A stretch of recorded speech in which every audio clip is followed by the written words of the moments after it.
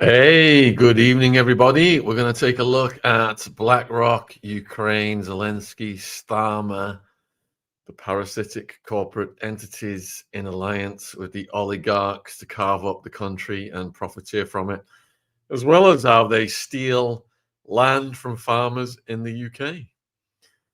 So, we've got a lot to go through. I've got about 25 minutes before we go over to Kate, part 2, with the gangs, the Birmingham GG. It's going to be a dark one there, but so I started out as a stockbroker in 1991 in America, and there's a principle called diversification, whereby instead of putting all your money into one kind of investment, one kind of share stock, you can spread your investments out among a number of different shares companies. So BlackRock was founded in 1988, initially as an enterprise risk management and fixed income institutional asset manager.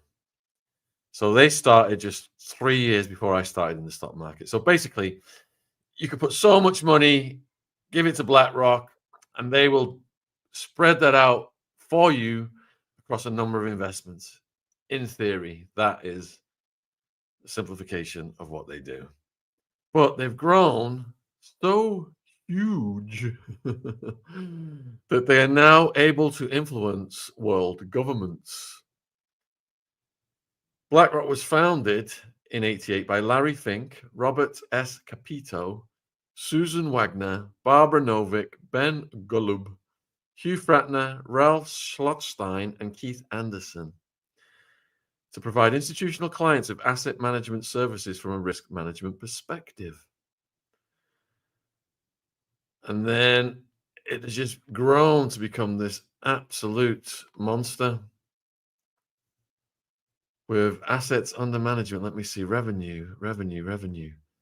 This is in the millions. So the revenue, 407, 20 billion, trillions. Wow. All right. Anyway, so basically it started out as an investment company, but now allegedly they're up to all kinds of skullduggery and they have involvement in Ukraine. So let's look at the news stories that come out as they got increasingly involved in Ukraine. So there was an announcement in 2023.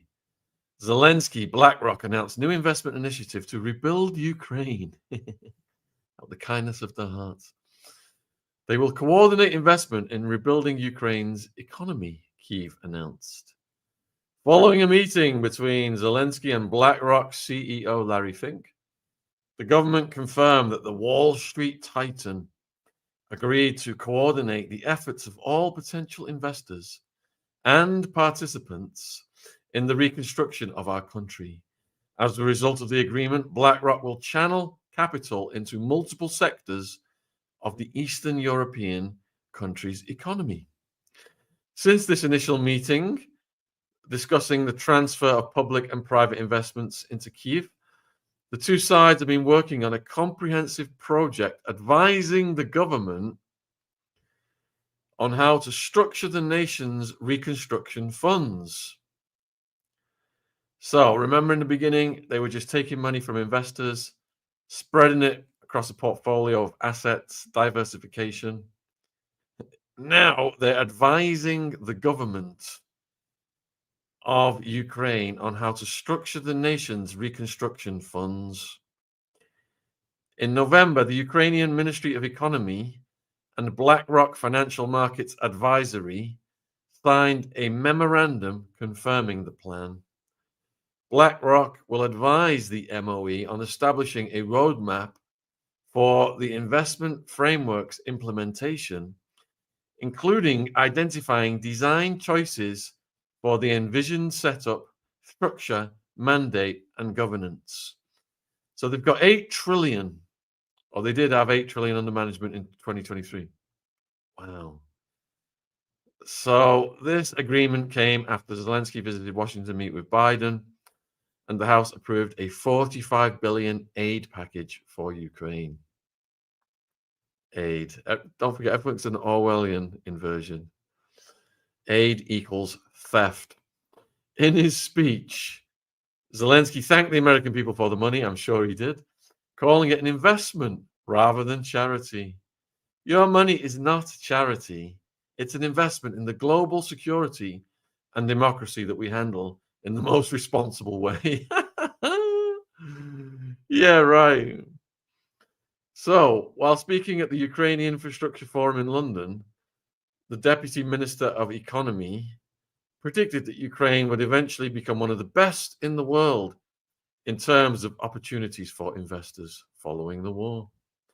We must act quickly, and in this case, the experience and expertise of the private sector in project management should come to the rescue. So 10 months after the war commenced, an increasing number of international organizations and global corporations announced new investments in Ukraine. You think if there's war in a country, they'd be running the other way. But no, war equals opportunity. Problem, reaction, solution. So in 2023, Nestle announced 43 million investment to launch a production facility in Western Ukraine. Quote, this is an important move for Nestle, taking in a very challenging time for the country, said Nestle's CEO for Southeastern Europe. In November, the International Finance Corporation, the private investment arm of the World Bank, launched a 2 billion package to support the Ukrainian private sector. This investment is a testament to a new generation of visionary entrepreneurs in Ukraine, leading high potential businesses that will help Ukraine's economy enhance its resilience, said IFC's managing director. Together with partners, we aim to inject much needed capital into Ukraine's IT sector, bolstering innovation, creating jobs, and encouraging investors to return to the market despite the ongoing war. And then Andrew and Nicola Forrest provided 500 million to the Ukrainian Green Growth Initiative through the Tatarang Group. This fund, expected to grow to 100 billion, was established to partner with global investors to accelerate Ukraine's reconstruction efforts and rebuild its primary infrastructure. These initiatives have received support from Biden, UN Special Envoy Michael Bloomberg, former British PM Boris Johnson, and Organization for Economic Cooperation and Development Secretary General Matthias Cormann. Ukraine can enter a golden era. By business backing Ukraine, we're sending a message to the world. I want every government to know that as soon as hostilities cease, global business will be ready to help rebuild immediately. So let me just have a look at the chat. Let me see what people are saying in the chat about this before I continue. Russell, BlackRock has been called the world's largest shadow bank by The Economist and Basler Zeitung. LC. BlackRock is involved in some shady business. BlackRock is the largest money management firm in the world, more than 10 trillion assets under management presently. Dotty, BlackRock is evil as they come. They're trying to buy WNC properties and are being condemned. They got a permit to evacuate 1 week before the flood happened, lithium and quartz deposits in WNC. And there's news today that I think they're buying some of the Panama Canal. It's just come out. As a side message, we have Lindy Lee on. She's amazing. She's a political strategist. Thanks, Anne. Let's hook me up with Lindy Lee, please. Yes, Kate Part 2, grooming gangs coming up in 15 minutes. Why is Starmer calling for Palestine ceasefire, but backing Ukraine war? So he's calling for a Palestine ceasefire to appease the people who support Palestine. But he has it's completely meaningless. Whatever comes out of his mouth is completely meaningless. He's backing Ukraine for the reasons we are getting into presently. So war is opportunity. They've got over $250 billion in Russian assets frozen And when they say they're going to give aid to Ukraine, what that means is they're going to carve up the country, bring in all of the cronies who've got huge contracts, just like they did with Halliburton, with Iraq, based on the weapons of mass destruction lie. And now Starmer's echoing that with the coalition of the willing, exact same words that Bush used. So basically, the taxpayers' money is a feeding trough that the politicians have power over. So whoever gets in power can hand that money out to their cronies, but they've got to have reasons to do it. And if there's a war, it's one of the biggest shakedowns on the taxpayers they can possibly launch. Because when there's a war, they can justify handing over trillions. Trillions were spent on the war on terror, bombing the poorest countries in the world. Just mass murder. That money, they say they're giving aid or they're supporting a war. A lot of it gets handed over to the defense contractors.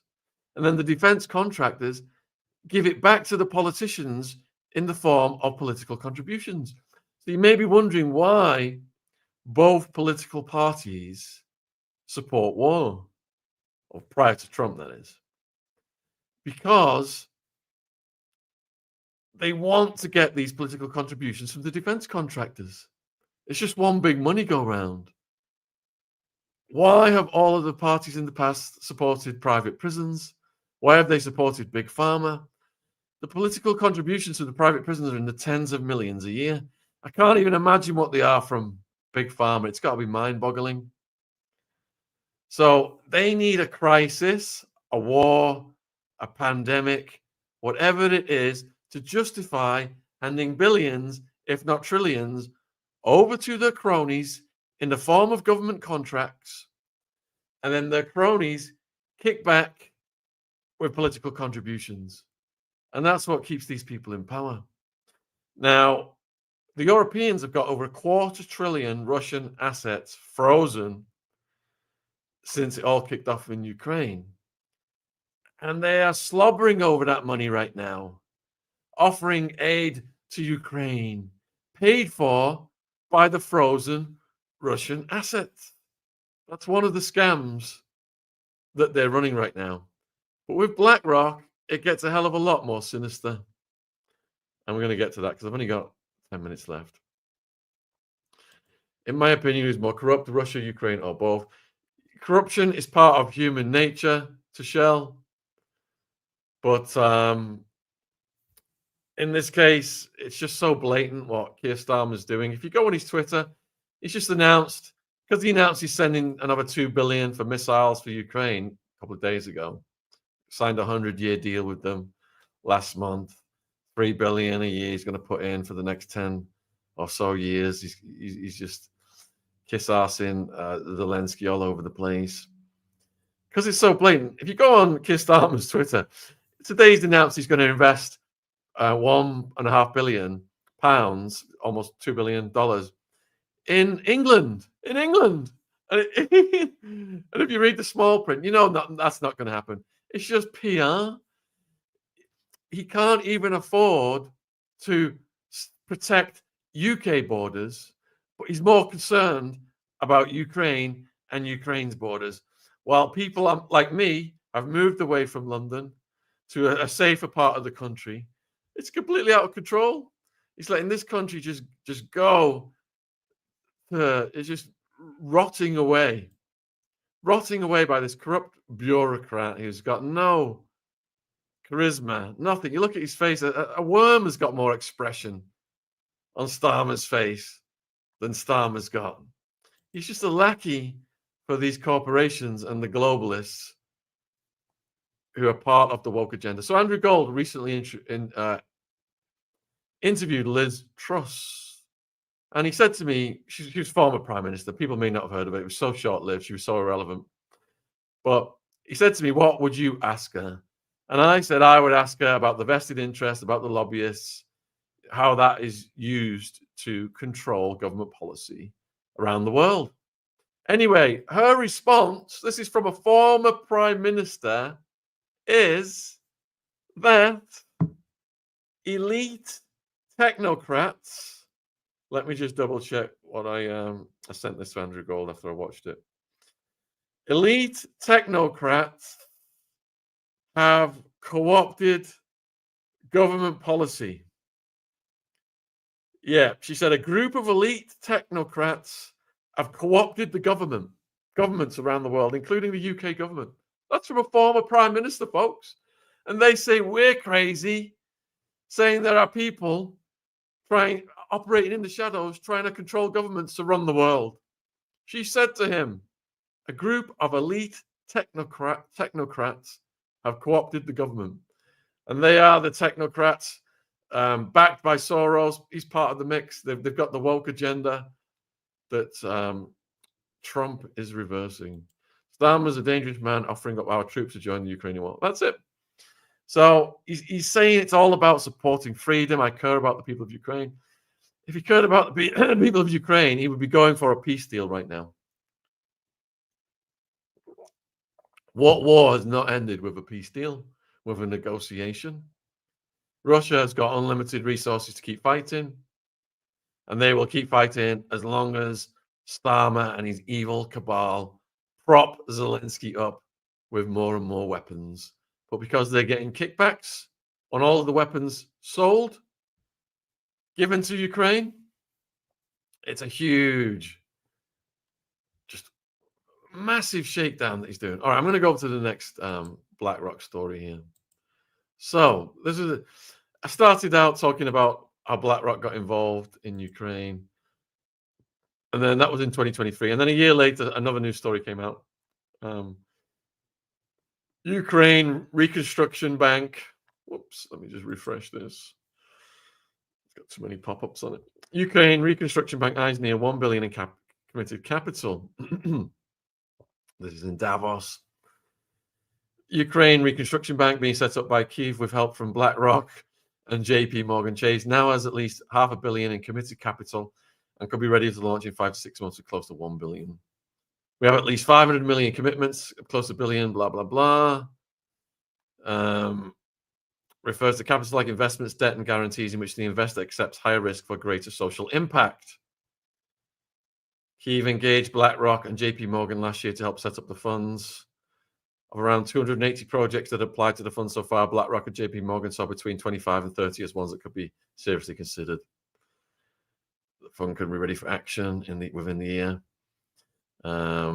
We want to be ready to deploy with at least soft commitments from donor countries. Risk would be need to reach down to OECD levels for BlackRock assets consisting of pension funds to be mobilized. That money cannot be invested in very high risk enterprises. All right, so I want to look next at how the land is being stolen in Ukraine. They've only got 5 minutes left before we bring in. Let's get a picture of Kier up there, shall we, while I do this bit? Don't want to make you sick. Share screen. Where is he? There he is. International Investment Summit. That's where he meets his paymasters. All right, so I'll try and get through this fast.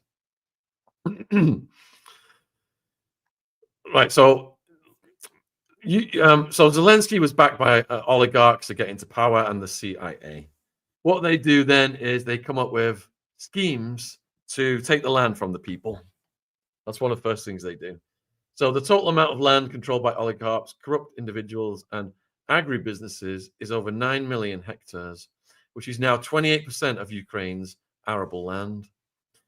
Largest landholders are oligarchs, foreign interests, European, North American, sovereign fund of Saudi Arabia, pension funds, foundations, investments, private equity. Several agribusinesses controlled by oligarchs have opened up to Western banks and investment funds, including BNP, Vanguard, who now control part of their shares. Most of the large landholders are substantially indebted to Western funds and institutions.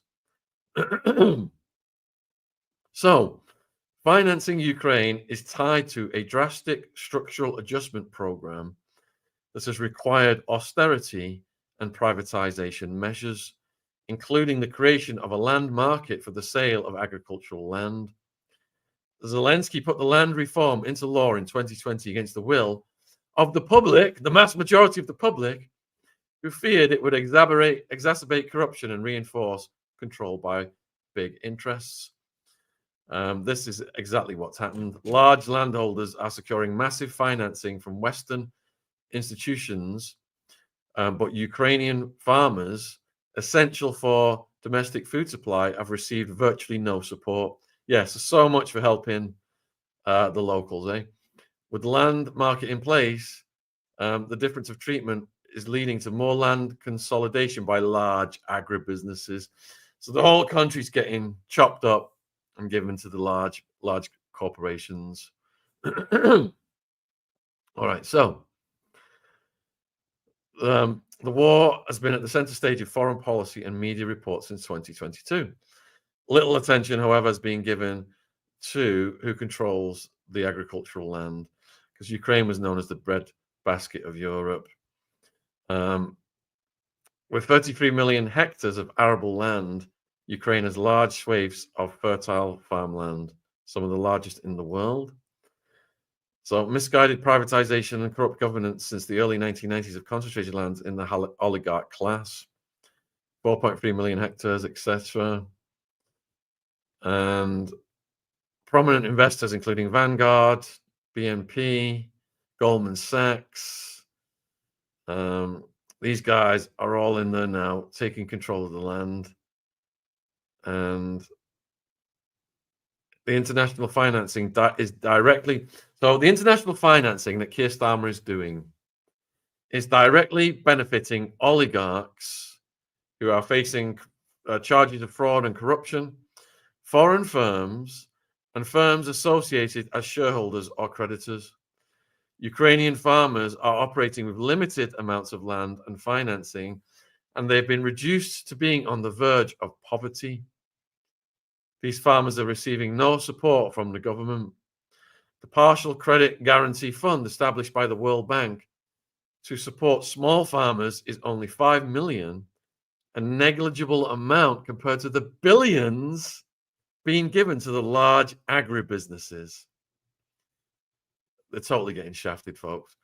Western countries and institutions provided massive military and economic assistance, which Ukraine became the top recipient of US foreign aid, marking the first time since the Marshall Plan that a European country holds that top spot.